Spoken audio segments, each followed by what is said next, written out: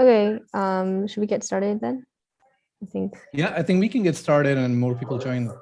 That's good. We're at 24. Hopefully we get to 30. Sounds like a nice number. All right. Do you want to record this or I just go? I think we're already live streaming now, so you can go now. Oh yeah, that's right. Thank you for telling me. Yes. All right, cool. So welcome everybody. My name is Okar. I am a developer advocate at IBM, and I'm the only one presenting today, but as you saw, we have a lot of IBMers here to help you if you get stuck with any problems around IBM Cloud, or if you want to brainstorm some of the ideas that you have for this hackathon. My Twitter and my LinkedIn, everything is here. So if you want to get in touch, I am very open to that. I love to talk tech, and I love Fedora. That's what I'm using right now to give this presentation. And I have to say that because I think it's pretty life-changing to move to Linux. All right, so why are we all here today? We are here to win some prizes and do some good while winning those prizes, right? So I actually want to ask everybody who's attending, without giving away your idea, because I know it's super secret, can you sort of write in the text what frameworks, technologies you plan to use, and what sort of components, like what sort of things do you need today to make a successful project? So what I mean by that is, like, if you're building a website, what do you need if you're building a mobile app? So that sort of thing. So I'm going to go to chat and see if there are any answers. I see there's 26 of you here, so I do want at least 3 responses, and IBMers are welcome to respond as well. So what are you building? What are you working on today? I know you're not sleeping. Hopefully you're eating good. Machine learning, API, real-time database, cool. World domination, I like that. I like that. Is that world domination? I try, there's a service in IBM Cloud. Try that. There's a light tier of world domination. What else? Web app hosting and database, I like that. That's pretty cool. What else? Hold on. Let's get one more, and then I'll move on to the topic at hand. What else? What else? I got ML, APIs are cool. Anybody doing, when you say ML, do you write your own models, or are you planning to pick one up from open source? Anybody doing open source today?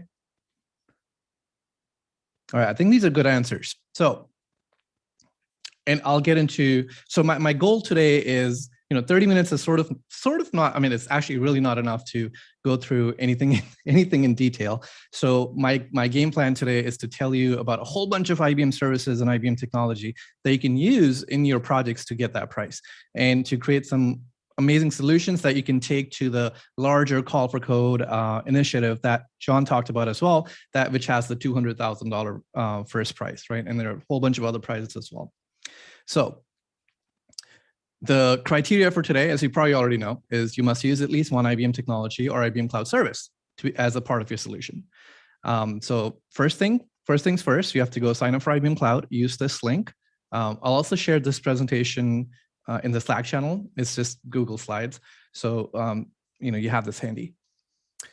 So again, create your cloud account, and then the IBM team has provided feature codes for you to use, and these feature codes unlock some of the powers, so to speak, in the IBM Cloud catalog. So make sure after you sign up, you talk to somebody in the team and grab this code, add it to your account, so it's promoted from like a free account to a trial account. Then, if you want to, you can download the IBM Cloud CLI. The stuff I'll show you today, most of that is possible without using the CLI, but if you're anything like me, I like to type in my terminal and not use the UI as much as I can avoid it. So that's completely optional. It's easy to install. And then that's it, code away. By the way, all these slides have links at the bottom that are relevant to that page. So when you can go to those links later. I also have a GitHub repository that I created for hackathons like this. And actually, let me show you what that looks like. So I know John Walicki has a page here, right? John Walicki's page that has all of this information as well. And then there is a build fast on IBM, or I named it IBM Hacks, repository that has this mind map. It's got other things too. So If you're curious about any of the IBM services that you want to use, you can come here and learn more. I basically link to demos and APIs and documentation code patterns, which are sample code that you can look at. As well as I have, let me open that again. I thought I had it open. Let me go here. Yes, IBM Cloud Mind Map. So this is, for the visual learners, and I like this too because I can sort of follow the path along this mind map to see what services I can use in IBM Cloud, right? So for example, if you're doing something in AI, you can follow this orange path, natural language processing, visual recognition. You can go down and go to this thing called Model Asset Exchange that has a whole bunch of open source deep learning models ready to use, right? And ranges from models dealing with audio files, visual images. There's a human pose estimator model, this whole bunch here. So you can follow that, or you can build your own custom models, and I'll get into some of that today. On the other side, if you are doing, like somebody said, web applications, right? So if you're writing code and you want to push code to IBM Cloud, you're using Python or Node, you can follow any of these paths here. There's also this thing called IBM App ID, and you can use that to add authentication into your app, right? Again, remember the criteria is to use at least one IBM service, so there's enough to pick from. All right, I'm gonna go back to my slides. So there's a mind map for you. All right, so the next common thing I get asked in these hackathons is, how do I run my code? I built something in Ruby on Rails, I built something in Go, or perhaps you're a Python fan like myself, you build something in Flask, Fast API, or you use Node.js and JavaScript in that world, and you build something, it runs locally on your desktop. How do you then push that to IBM Cloud? So again, this assumes you have an IBM Cloud account, and it also assumes you got one of the feature codes and applied it to your account to push it to the trial version. So, excuse me, a lot of pictures on the slide. So if I go from the left, there's this thing called IBM Cloud Foundry. And IBM Cloud Foundry is one way to host applications on IBM Cloud. It's a good choice for this hackathon because it's free to use with the feature code. Again, there are other ways as well, but I'm only talking about the services that I think you can really use tonight. So here, go to IBM Cloud, look for it, and then it comes with all these build packs. So you can say, hey, I want to build for Node.js, or I want to build for PHP. And then it takes you to this other page where you can download the code, change it, and deploy it again, right? So that's the cycle you go through. And let me actually show you what this looks like on an IBM Cloud account. So I've got an account here. So first things first, you come to this page. This is how you log into your IBM Cloud account. You'll be brought to this page if you sign up. And I'll put in my username, password. This is a non-IBM email, so, and I do this intentionally. So you see here what you will see in your accounts. And when you log in, the first thing you see is the dashboard. And this is a typical dashboard overview of what you're using, any maintenance, any messages, and things like that. There are two URLs that I like to give right off the bat. The first one is this catalog. You see on the top here, there's a catalog. That's where you go to see what services are available on IBM Cloud, right? So you can search, you can filter by categories. You can also say, I only want to work with free or light tier to bring up those services. So that's it. Remember that catalog, or you can always come here to see what's available. The second one is this resource list. So if you already created a service and you want to come back to it, you can use this hamburger menu to go to resource list. And this will tell you or show you all of the services that you already created. So in my case, you can see I created a whole bunch of services, right? And I have a couple of Cloud Foundry apps. That's what we'll talk about today. Storage, other things there, databases. So if you ever want to come back, come to resources. If you ever want to create something new, you can go to catalog. And the search bar, by the way, is really handy as well. So speaking of Cloud Foundry, let's go to Cloud Foundry, and you see this comes up. So if you already know what you want to create, you can click on the language itself. I'll click on Cloud Foundry and then pick a language. Okay, so here we go. Here are the different languages. I'm going to go for Node.js, okay? And then you come here, let's say select a location. You can pick the one closest to you. I'll leave it as US South. pick the free tier, right? Again, the language already selected for me. That's great. And then let's say HackMIT Node.js. That's my application name. It creates the host name for me.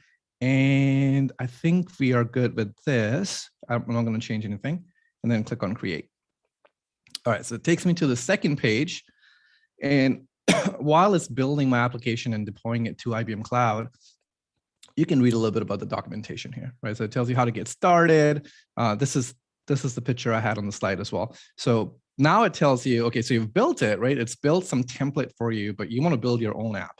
So the easiest way to do that is to actually git clone this. Okay, so let me go to the terminal.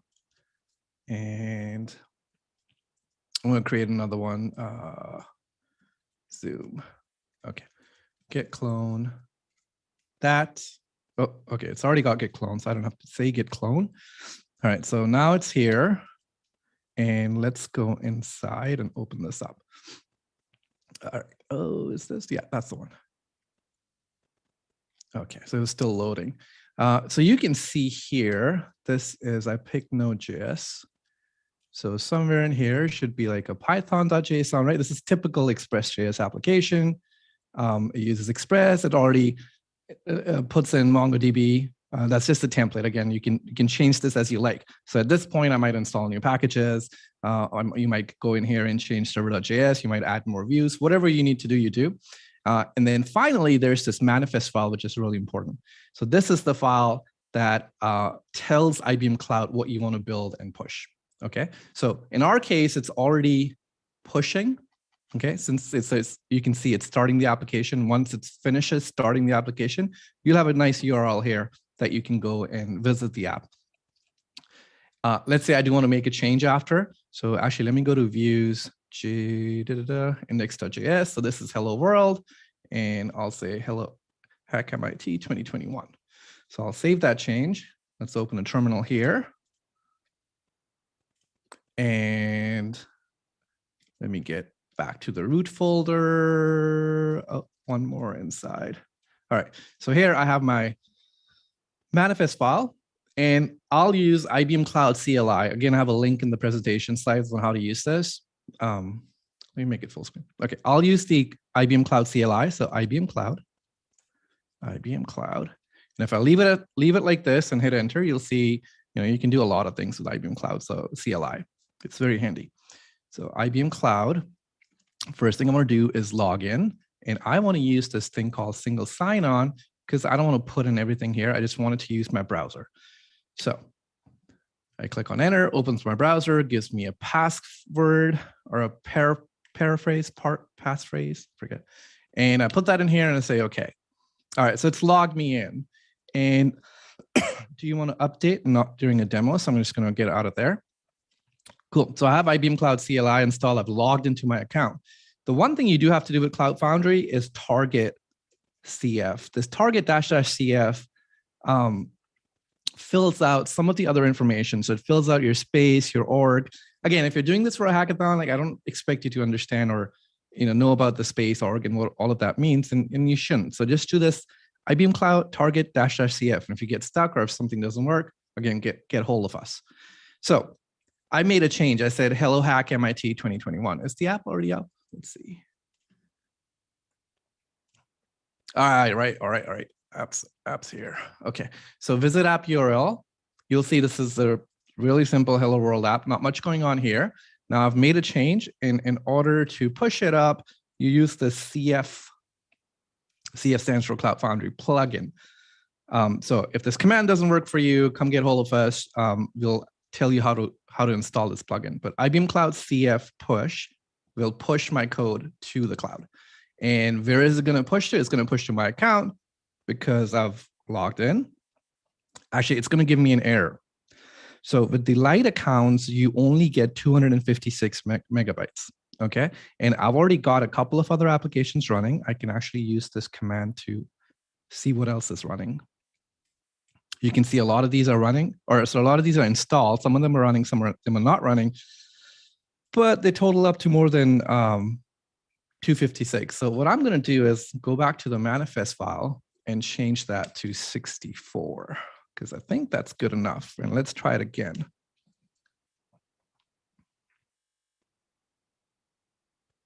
All right, and it's already 7:20. So I'm going to let this run, move on.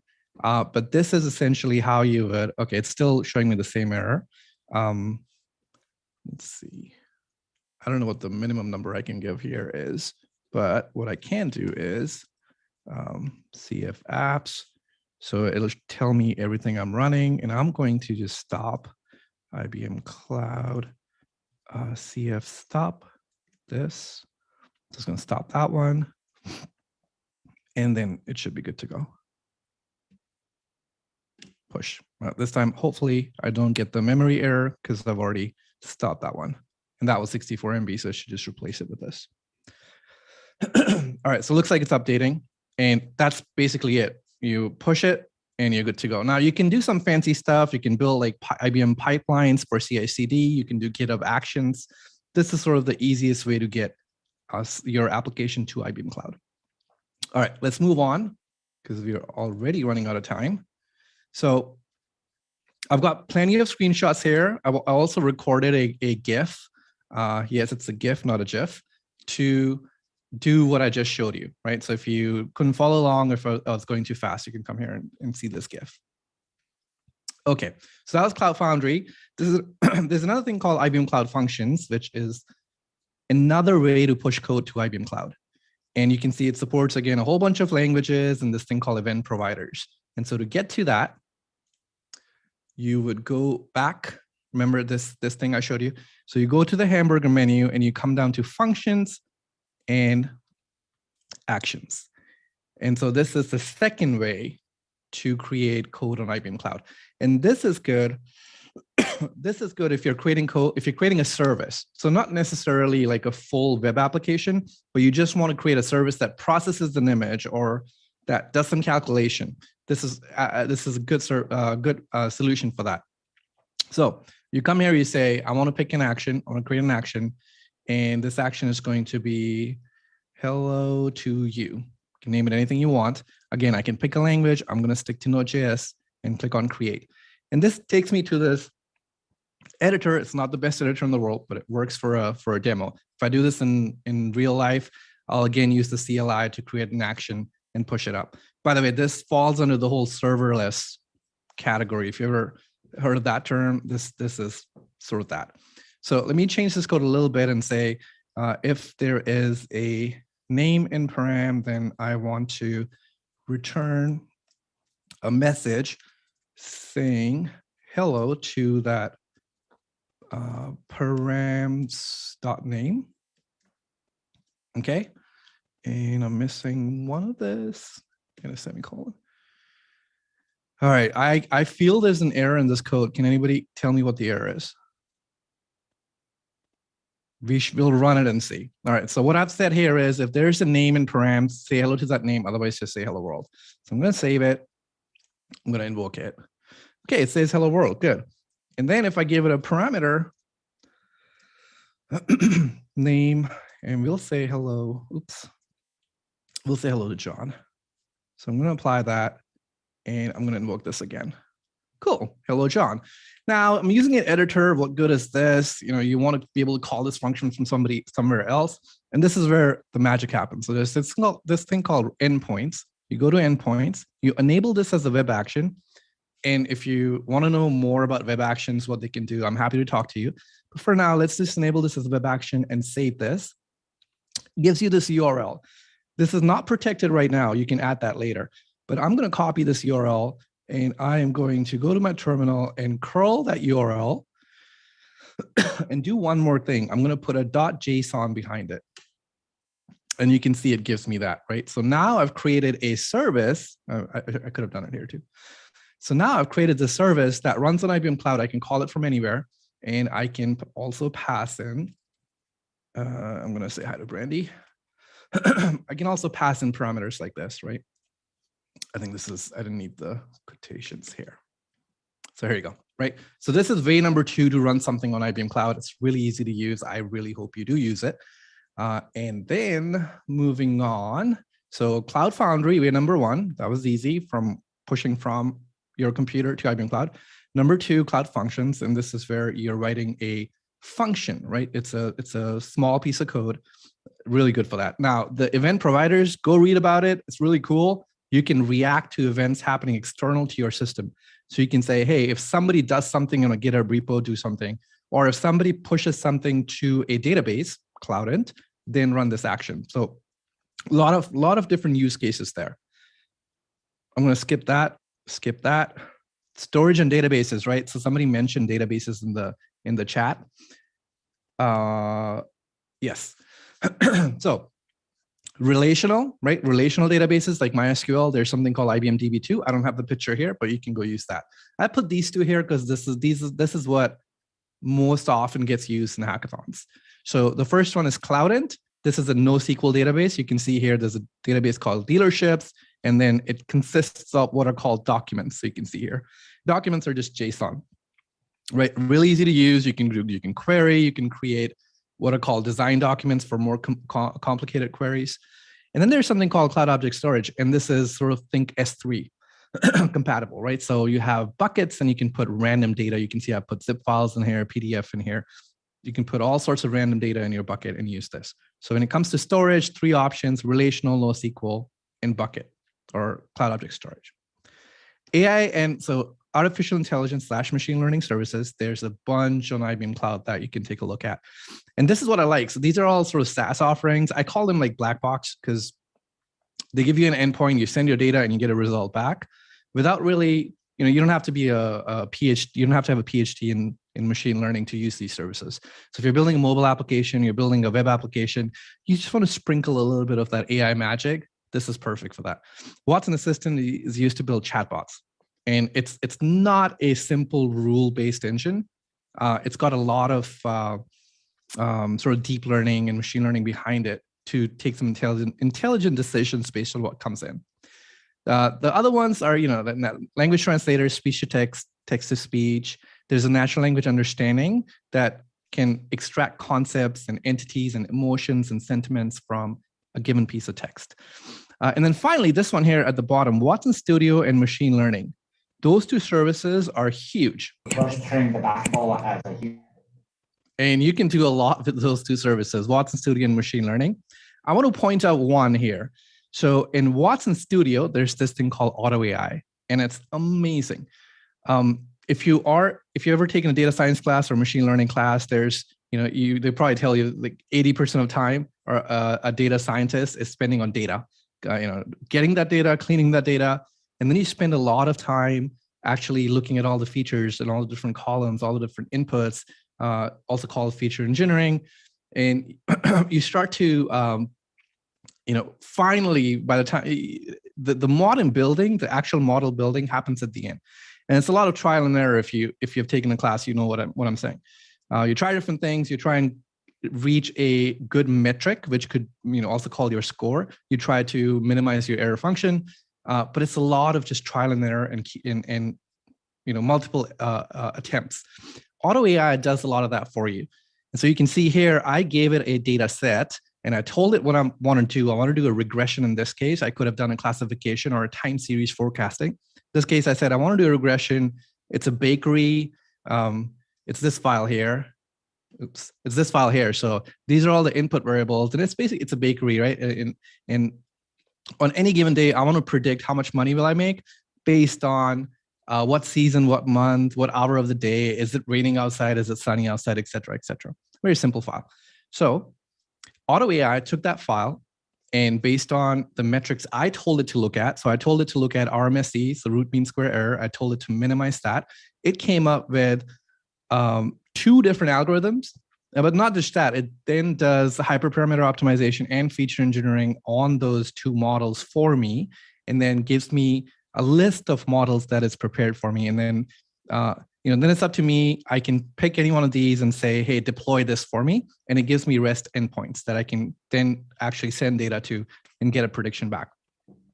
And you can see on the right here, it's not only looking at the features that you have there, but it's actually creating new features based on what it's learning about the data. So very cool, very interesting. Take a look if you have if you want to create a model, even if you know how to create a model and you're a data science student, I would say go this way first, see what it does. And if it's not to your liking, then you can do it on your own. Ooh, okay, it is 7:30. We did start a little bit late, so let me show you something real quick, and then you are off to your hackathon. Let's see. Oops. Okay, here. So I'm already logged in. I just want to show you real quick the auto AI part. So if I go again to my resources, I don't know how to get to Watson Studio, so I come here, click on Watson Studio, and click on getting started. Okay, so it brings me here, and then I'll go into my project and show you. I've already created the model, so I'm not going to run this thing now, but I was working with this earlier. I go into my project, and you can see here, I've already uploaded this bakery sales file, bakery sales and weather data. So it's already up there. I've already ran auto AI, and it's already created my model. So I want to go to my model and then show you how easy it is to run it. So I should have to go here to my deployments. Again, if I know all of this terminology and everything is new to you, and me speaking fast is not helping, but I'm just excited to cover all of these different things. All right, so I go to my model. Here's my model. It's already deployed. It gives me an endpoint, and then it tells me how to use the SDKs in Java, JavaScript, Python, and Scala in this case to use this model, right? And if you don't see a language here, that's fine, the language that you want to use, because if it works with curl, you can basically get it working with any sort of language that can make HTTP requests. You just have to pass this bearer IAM token, right, for authentication or authorization. And then the site itself gives you a little test. So you could put in all the fields here and then test it, and it'll come back with a prediction for what the sales will be on that day. All right, so I'll close up by saying we talked about pushing code to IBM Cloud using Cloud Foundry. That's for big applications. You want to push your whole Ruby on Rails, Flask, Django application to IBM Cloud. We also talked about Cloud Functions, and that's for smaller pieces of code. For example, processing databases or processing an image, or you're going to run a calculation, any sort of service you want to create that maybe your main application then calls, you can use that.